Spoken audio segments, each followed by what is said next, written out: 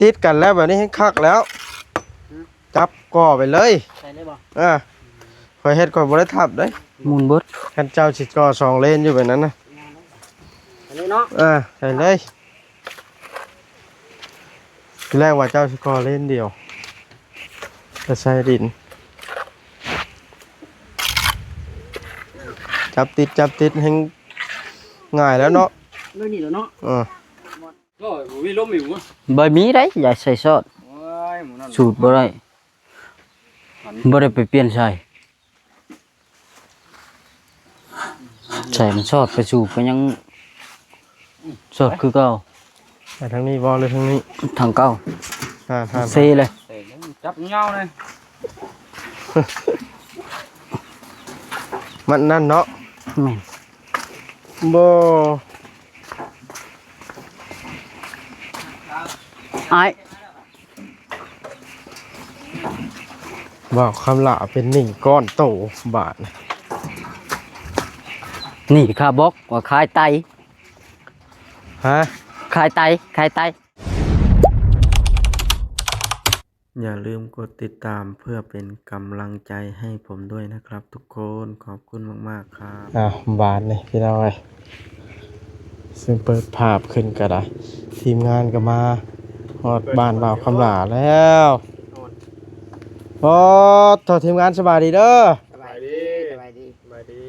เป็นไรคือเห็นพากันจับไผก็เอาตำรวจไปจับไผน่ะบ่เป็นตำรวจเป็นเจ้าหน้าที่น้ำบ้านเพิ่นเอิ้นกองร้อนนั่นแหละคณะบ้านเพิ่นแบบว่าไปเอาโตเสาจ้อยอันไปปิดปัวอ๋อก็เห็นในคลิปว่าสาวจ้อยถูกจับแล้วว่าซั่นจับเจ้าหน้าที่บ้านเพิ่นนั่นแหละจับไปแม่ก็พอดีจะนั่งที่ลงคลิปนั้นหากมาฮอดบ่เดี๋ยวนี้นะแม่นย่างมาได้ยังมาสู่บ่าวคำลากินมานี่อันนั้นปิ้งไก่โอ้จ้ะปิ้งไก่2ตัวบักใหญ่บ่พี่น้องเอ้ยเด้เพิ่นหากมาฮอดกระชั้นค่อยเข้าไปเบิ่งเพิ่นเกาะเฮือนกันเด้อเดี๋ยวเข้าไปก่อนพอดีว่ากำลังจะเอาคลิปลงโอเคนี่ล่ะพี่น้องเอ้ยทางนี้ก็ได้เสียงบ่วัดก็สิเมื่อจักหน่อยมันเป็นวัดแห้งพี่น้องเอ้ยค่อนข้างจะตันดังนี่เด้สร้างใหญ่เพิ่นได้มาแล้วต่างได้บาดเพิ่นนิ่งเพียกเฮ็ดคักแน่โอ้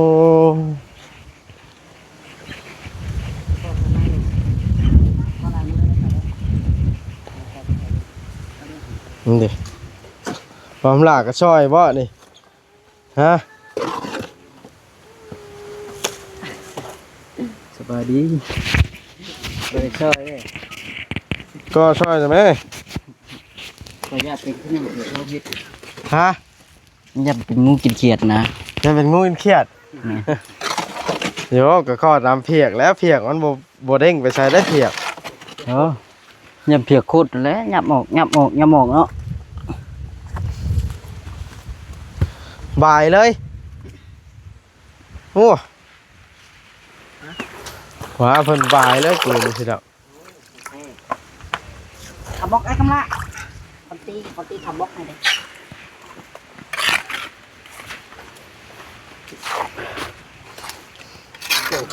ทับครึ่งเลยป่ะจะทับมันทับครึ่งเลยกัน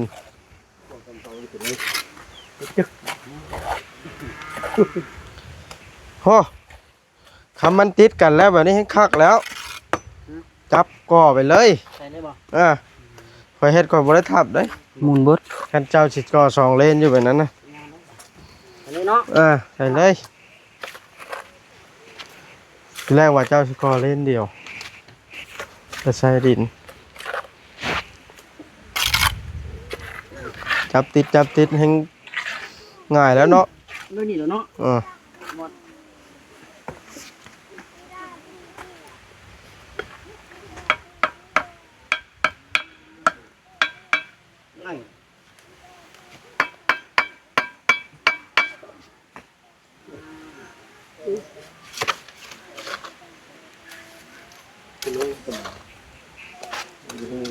ได้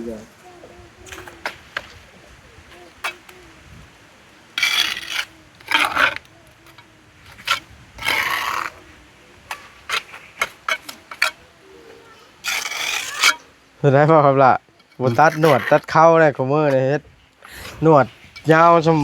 หมอยพัดอัน ถ้วยล่ะ ทำพลอยพัดถ้วยเนาะเบิ่งเพราะว่า FC บ่เชื่อใช้เบิ่งเด้อหั่นน่ะเป็นจังได๋บ่มีวิตัดบ่หรือว่าแนวใดนี่ งูบ่มีพิษผู้ชายบ่มีหนวดซ้ำงูบ่มีพิษเด้ แม่นวะเว้าไปแล้วเนาะ ผู้ชายบ่มีหนวดซ้ำงูบ่มีพิษ คำลายคำลายคำคมไว้คำลายหวานเจี๊ยบไหม คำคมแล้วฮะ โอเคเนาะ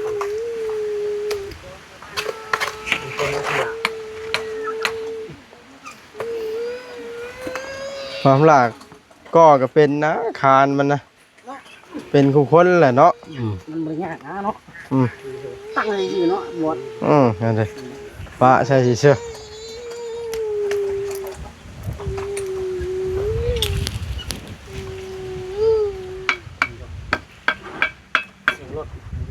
เสียงรถโมแม็กว่าบืนจ้ะมันเด็แม่นไอ้ดีลูกชายเพิ่น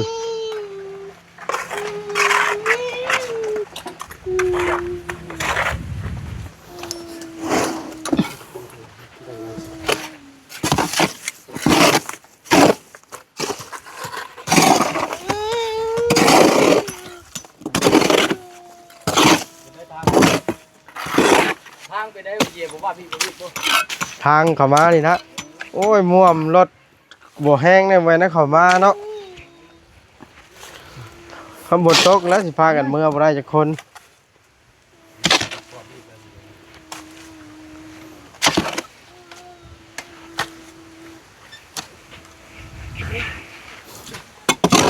พ่ออยู่บ่บอกบ่พ่อไปยืมเพิ่นบ่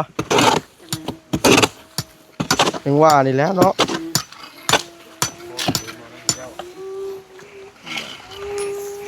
เป็นสั่งมาก็สั่งเขามาได้ใช้เพื่อแก้วโอ้ตัว มันก็มันหลายเนี่ย ฮะ บ่จะเข้าบ้านบ่ได้เดี๋ยวบ้านพุ่น วิทย์ผลแล้วเนาะ ใช้ พ่อพ้นวันนี้บ่พ่อดอกบาทเลย เอาใช้ได้แก่ ไผมันสิแก้บ่ได้เลยนี่เดี๋ยวเบิ่ง ใช้เจ้าใช้ชิ้นอยู่แล้ว โอ้ยผมก่อน เนาะเท่าไหร่ ขับรถใหญ่มาส่งฮอดโรงเรียนนี่ก็ยันเข้ามาบ่ได้ฮอดบ้านพุ่น โอ้ยบ่ได้บ่ได้ เบิ่งผู้จักทาง ช่วงนี้นะพวกวิทย์ผลพวกเขาจังสิ ที่ ส่ง เบิ่งแต่อันเฮ็ดทางวิกายเทคอนกรีตอันนั้นเห็นบ่ในครัวนะครับล่ะมันจม กับในสวนนั่นเด้ เอาเพิ่นนี่สิคุณสั่งมาตอนไหน สั่งมาก่อนพุ่นแล้ว พร้อมเสาพู้นเนาะเห็นในคลิปอยู่ ตื่นมาได้2มื้อเพิ่นก็สั่งใส่ ใน ก็ อัน สั่ง สวน ให้ มัน เขา ปา เล ก ย ห้องอะจมวิกาย คำบ่สั่งเพิ่นยานเบิดเงินก่อนคำบ่สั่งขอเถาะคันฟ้าไว้ในถุงใช้เบิดได้เงินถ้าเป็นก้อนบล็อกแล้วใครได้มันใช้บ่เป็น มันก็แต่ในเรือนเนาะ กำลาอยู่จับเอาหน่าเลยกำลาบ่ก็เราแล้วก็เลยยาต้องก็ไปตาเช้าก็บดหลังก็ได้มันปัญหาแต่แห่ซ้ายเท่านั้นแหละบดหลังก็ได้ดอกบ่แล้วก็สั่งเขามาให้เขาไหมดอกมันบ่ใช่กูเนาะ 1,700ก้อน 1,000กับ7ก้อนเพิ่นแถมบ่7ก้อนเออ ใส่เหลือเกินกำลามันใส่ก็แม่นี่แหละ สั่งน้ำตาเจเวียดบ่หรือว่าทาง คนอยู่บ้านอยู่บ้านนี่ บ้านฟองพานบ่ รถบ้านก็เป็นนี่สั่งเขาก็ให้ออกได้เดี๋ยวเลยเขาก็บ่กล้าออก รถสี่คิง กั กัน น สต็อกไว้บ่ บ่อยากติ่งแล้วนะนอกจากรถไทยคู่มือนี่ คิดว่าเขามีเครื่องเก็บสต็อกไว้ในห้างเขามีในห้างจะได้อยู่หรอกเนาะเขาก็พอบืนมาให้ เขาก็บ่ออกมานี่นี่เบิ่ง มา ออกมาก็จบไม่ลีแหละ โอ้ยลิฟต์มาแน่เนี่ย ยินเสียงไม่มาได้นะ รถเป่ายังมายากนะ มันจักเอายังพอเฮงแล้วเนาะ น้าเขาเหยียบไปนะขอย่างเมื่อคืนเยอะยะเยอะยะเยอะยะแล้วแดงอ่ะ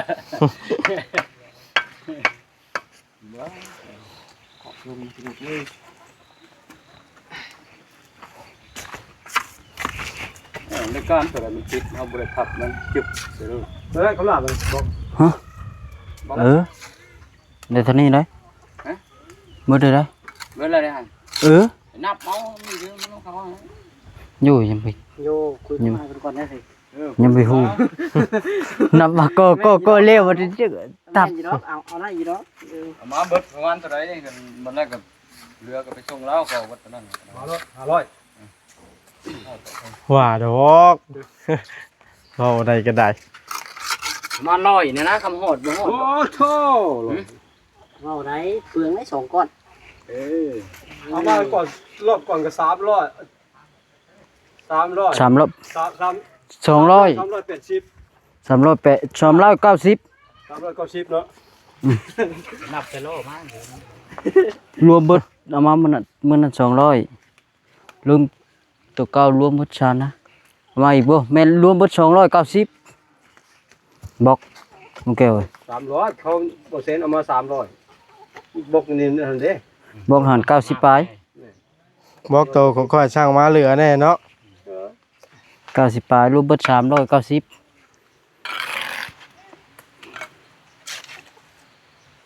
มาโลด400 พุ่นบ่เดี๋ยวนี้ เอาสกอ3ก้อนนี่กอคืออีกกออีกก้อนนึง เนาะ500พอดีเลย แต่ว่ากอคือ มันสิ 2 พัน ก้อน ปลายพันหางคือ สิก่อขึ้นอีกบ่นี่ โอ้2ก้อนได้ ว่าโกคือ2ก้อนตัดเลย ได้ต่อเสาบาทนี่เนาะ บ่ฮู้ บ่ฮู้คือกัน บ่ต้องให้ไว้ก่อนแล้วไว้นะสิครับอยู่ บ่โตก็ได้แต่ว่า บ่ต้องก็ได้ต้องนับเห็นได้โตสิกลับนี้ครับ มันบ่ได้ต่ำเด้อห้องน้ำแนวมัน ก็มึงได้บอกเนาะ ยังอีก20เซนนะเทการอีก20เซนยังอีก40เซนบ่เบิด บอกเพิ่นเบิดละบาทนะ ฮะ เพิ่นไปยืมเพิ่นบ่รูดแล้ว300เนาะ คุณแล้วรัก3รัก4นะเอากอ2ก้อนน้ำเปลืองดิ เตะ เรือพึ่งเรือตัว40 เปลืองทุกอย่าง ว่าลูกคือ2ไม่หาที่ฝ่าย จับติดกันแนบใส่กันแล้วป้าปงบาดเดียวน้องใช่ละง่ายกว่า ทานมันมีงานนี่เรือ2ไม่หาที่ คำด่าใส่กระถางกันมกติดกันนะคำด่า จังได๋ FC สิเว้าเพิ่น เรือ2ไม่หาที่บ่ได้ เหลือ2.50 เมตรเทิงๆนะไล่เพื่อคานและ ไล่เพื่อกะโล เออ เพื่อที่ขึ้นกะโล250 ไล่เพื่อกะโล ได้รู้สิ ตกอยู่ยังเรือ2ไม่หาที่ แล้ว เออ คนใช้สูงกว่าเราเนาะ โอ้ย 50 มันก็ฮ้อนั่นเติบแล้วฮ้อนแล้วยามฮ้อน เมื่อไรจะบอกเฮียคุณเขียนใช่ป่ะ เบิดแล้วได้บอก ยังบ่ได้หาน้ำยังตัวขนมเพลินเลยอยู่ฉลองกันเลย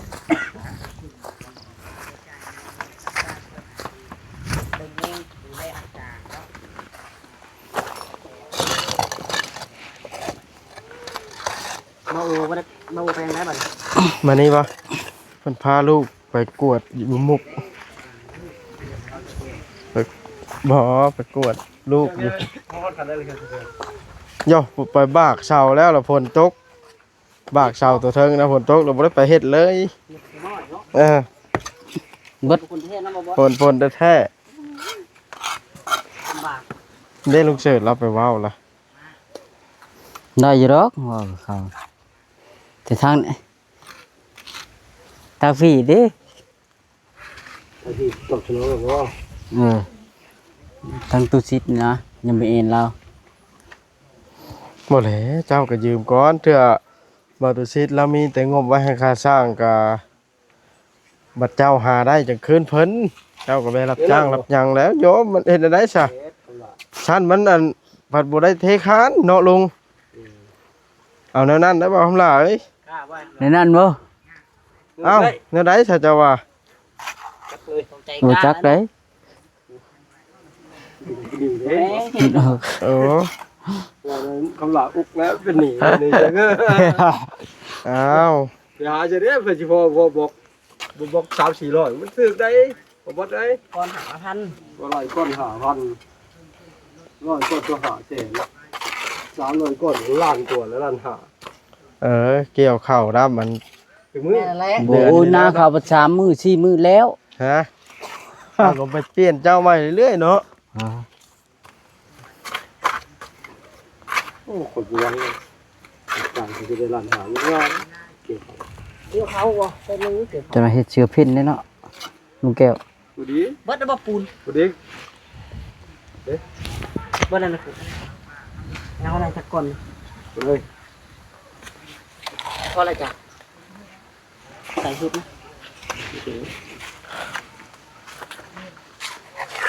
ว่าไร ไม่พอให้ไปเอา ไปนำเอาเนาะมาได้บ่คำลาขึ้นนักบ่สิไปยุ่งเอาเลยนี่ ไปรถไปยุ่งรถ กับ ไปประวัติ ไปล่ะนี่รถน่ะสิไล่ท้ายนี่ เนี่ยเราบอกเราให้แหละ ให้ละ ได้บ่ อ้าว กับพ่อนี่ไปแล้ว แล้วเนาะ บอกไปอยู่เราคือตัวหนีได้100ก้อนจะหาแสนรับนาจังมื้อ 3 มื้อ 5มื้อ ฮะ เกี่ยวเข้าจัก มื้อละ500,000แล้วได้ไป ไผสิ เมื่อไหร่มื้อหาแสนเด้อ ไผสิเอาให้มื้อละ500,000 ต้องไปเกี่ยวข้าวหน้าบ่บดแล้วบ่บดสะดือเนาะ บ่แล้วค่อยบ่ได้เฮ็ดนาครับ บ่ได้เฮ็ดกินไปชะดาบ่เวียงบ่ พี่ทางเล็กน้อยย่างพี่เหรอวะหรือเข้าทางไหน ปิดไว้ อ้าว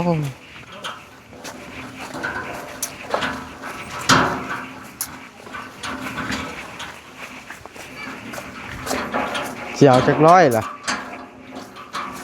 จังว่าเลยแล้ว แม่น เอาไปจนพอเนาะ จุดพอ ประมาณ300เนาะ 400 บ่ เขา ฮอด สั่ง คนดอก ฮะ 300 300 อ่า 300ก้อนเนี่ยถามสร้างพุ่นเลยถามสร้างพุ่นเลยเนาะ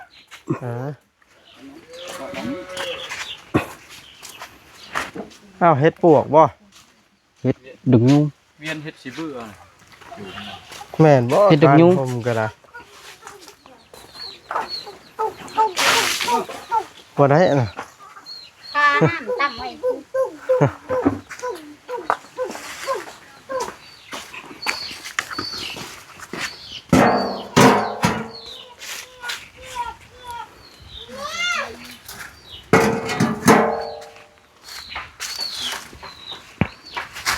300ก้อนบ่ เอาไปมือเนาะเอาเนาะก็บ่ นับไป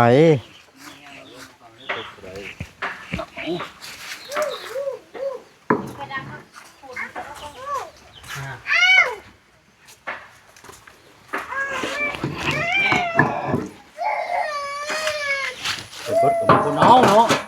นับเอา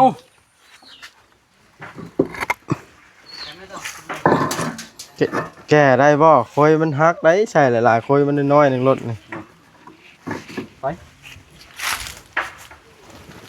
ก็มีลมอยู่อ่ะ บ่มีได้อย่าใส่ซอส ว้ายหมูนั่น สูตรบ่ได้บ่ได้ไปเปลี่ยนใส่ใส่มันซอสไปสูบก็ยังซอสคือเก่า ไปทางนี้บ่หรือทางนี้ ทางเก่า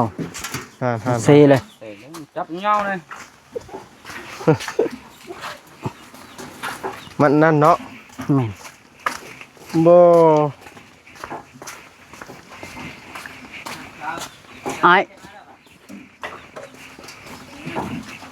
บอกคำลาเป็นหนี้ก้อนโตบาทนะ นี่ข้าบอกว่าขายไต ฮะ ขายไตขายไต ขายไตใช่บ่ ขายไตไส้ ใครสิซื้อบาทนะไปขายอยู่จีนพวก ฮะ ขายอยู่ประเทศจีน ประเทศลาวนี่เลยขายไตว่ะจ่ายคำบอกว่ะ ไอ้ครั้งหนึ่งเนาะ ขายไตข้างหนึงเอาขายลายบ่ได้เด้ ปูนนี่วุ่นวายกันล่ะ เมน ปูมาเลยเด้อ ล่อขึ้นกระดัง กินอันเดียว ขายไตข้างหนึง ขายไตข้างหนึงจ่ายค่าดินบล็อก ขาช่องเลยมันจังได้หลาย บ่ ชื่อร้านแล้ว ขี้คาดไปฝากเทวดาลิก ใครอยู่คันได้ไปอยู่เทวดายันไปอยู่น้ำยมบาลาดเนาะ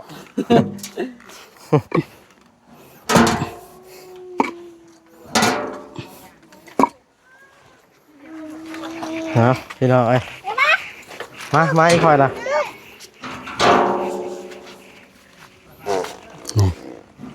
สุกหรือไหมชีวิตยังมัน ไปใหญ่กว่ากันบ่ บริษัทเด้อเป็นบริษัท โอ้ใหญ่ นี่ดีเลย โดย ไม่กลัวว่ะได้บาท คักเลย อื่นๆชุด2เซน ผู้ไปเอาบล็อกผู้ เฮ้ย เออ ของเลื่อยหลักนะของเลื่อยไม่ต้องเติมปุ๋ย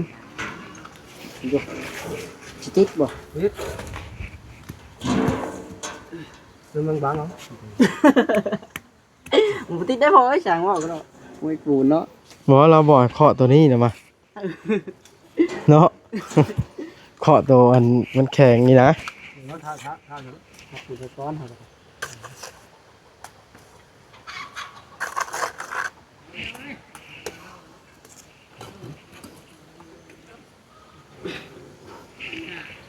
พี่น้องคลิปนี้ก็สิจบเพียงซ้ำนี้สักก่อน บอกเปียก ยืดยาวพอสมควรแล้วบาทนะ